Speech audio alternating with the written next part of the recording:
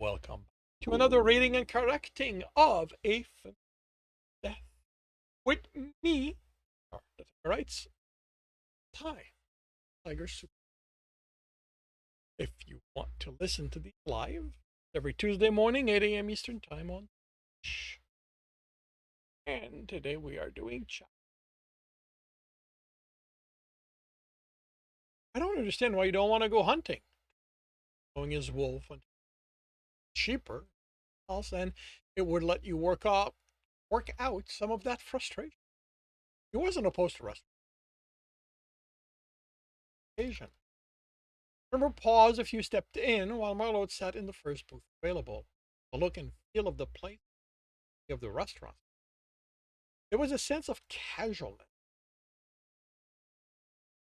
The large window on the right let in a lot of light. The place almost too. There were banks of lights on the certainly recreated after dark. Absent was the sense of intimacy.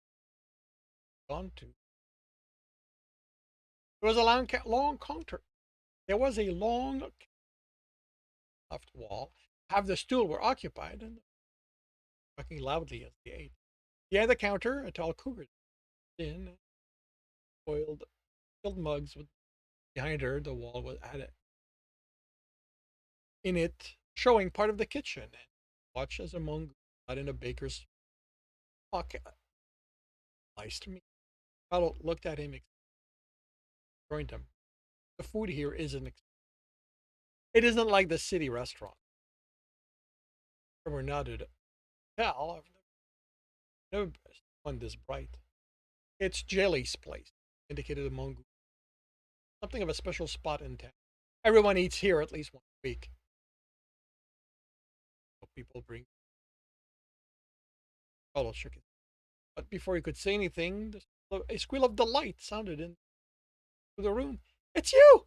A female mongoose with creamy fur screamed as she ran to the table to hug Wolf. Dad said he smelled you, but I didn't believe him until now. Wolf hugged her back. Oh, Taryn, you been? How have I been? How do you think? Tears rolled back. I missed you. You were only supposed to be gone long enough to deal with that hunter for the town. Next thing I know, you're gone. You're giving up your territory, and I get a message from you coming back. For another gaze, and a smile behind his territory became available in the city. Marlot up. Like we're better there. What? This is your home. Marlot shrugged. My partner, or I golden. The Trembor, her large black eyes. This is head in greeting. Meet you. It's good to meet you too. She replied, her tone not quite back to German. Yes, this is so large, investigators have to work together. Here, Marlot was enough for us. I don't expect this side gets any unclaimed death. Years since we had one. Marlot was also the RI for many of the surroundings. He was that good. Bring us a lunch plate. Ask her from asking. Sure, she answered. Like you? She said, no longer hiding his. Read the academy together. We were the smallest one in it. And was figured we'd end up mates. Parents would doubt it. Parents? Love? One thing, I didn't love her. Half cubs. If I'd ever get involved with a female, she'd have to be a. I wouldn't allow anything. So he's okay with me being a lion because I get half cubs anyway? Ask. Charlotte looked away, and Taryn returned before I asked what. There you go. Placed a tray on the table, serving each a large slab of side of vegetable for breathing. Straight up meat? Charlotte asked. Well, bless his plain water, the other really stopped doing extravagant. That still bakes better stuff than this, but he said not to bother giving you any of those. It's wasted on you. Says, I'm sorry you have to eat plain meat too, but I figured if I brought you the good stuff, the wolf would make fun of you. Right? Trembor replied, giving Marlot a questioning. Really likes cutting the meat all sort of different. Then he warms them in all sort of sauces just to change the taste. He'll use fire to blacken that fire, like in the old. Come back just to badmouth my food. Cleaning out of the others. I've told you before. Marlot answered. Fancy stuff is good once in a while, but meat's meat. It dressed up. Daly snorted and looked to Trembor. You come back without the tasteless one, and I'll treat you to a meal you'll never forget. Turned away before reply. The exchange over, people went back to eat. So, guess this you never bothered learning how to bake? And cutting. No, as long as my meat's warm. It isn't like your family baked there. Trevor chuckled. You try baking for 30 plus people. My mom brings in the bodies, and Dad, me, and my brothers skin them, bleed them, and cut them. By the time we're done, it's meat time. When it's just the four of them, Dad gets more creative. Door opened, and we watched a uniform right toward them. Well, well, well. If it isn't a town deserter. Dad stopping at the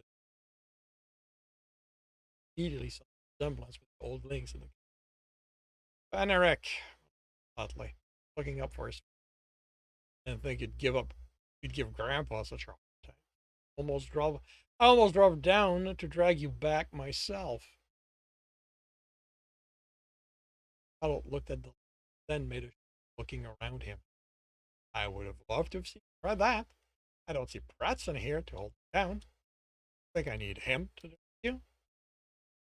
I don't remember you ever trying anything without him there. And shoved himself. I'm the enforcer here. You better remember that. Ronald didn't. And you should remember that I'm a registered investigator. Currently working a case, which means I outrank you right now. Snorted. No one but the council ranks above me. Actually, Tremble.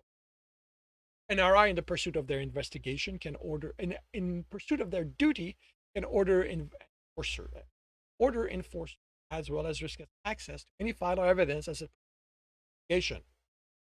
Which reminds me, Alot said, well, remember, what did you do with Niego's personal effects? Tell me you remembered to remove them from his person before freezing him? He didn't have anything on him. The perp took everything after killing him. Alot changed a look to Trembor. Proper term is killer, not perp, said. Right? As far as he could tell, the links hadn't taken any of the core. Frederick says snap back to Trembor. I don't know who you are, lion, but you're clearly not from around here, so butt out. My name is registered investigator Golden Mane. He took out his ID and table. I'm part Marlot, and as such, I am fully warranted to join in the conversation since it deals with the case we are working on. Volume of his voice reasonable, but it's sharp. Watch your tone, lion. You're annoying me. I'm going to throw you in a cage. No, you don't. No, you won't. Oh, you think you don't think I have the guts? Al, I know you don't. Your grandfather forced me to come here so I could investigate Niego's killing. You jail my partner, and I'm going to the cage with him. I'd like to see you explain to Arleon why I can't do the job he brought me here to do. Then turned up. I noticed everyone in the restaurant watching it. Them. What are you looking at? Well, get back to eating. Although it stumped to a opposite. Bring me my food. Yes. And watch.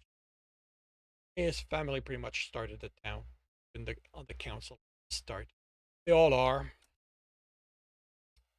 Leave him about the bear's possession being stolen? Oh, sure. Find out when we fly him for autopsy. If it's true, then we'll have to take a look at Arleon's list. No one in town has a reason to steal.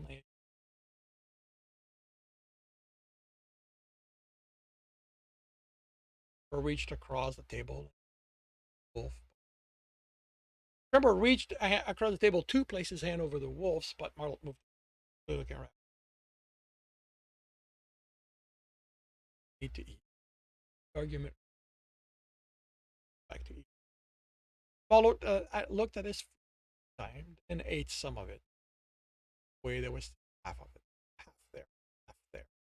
He looked up and the lynx was eating with gusto. Have a care in the world. Well, let's show you. Trevor drained his glass and followed that. Chapter 4 of 8. If you are enjoying this, please, want to know when the next chapter is going to be up, subscribe and hit the bell.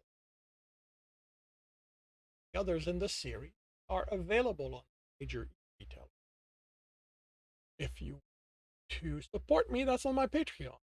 Access to about everything. Live is every Tuesday morning, 8 a.m. Eastern Time, which the links are in the notes. Bye.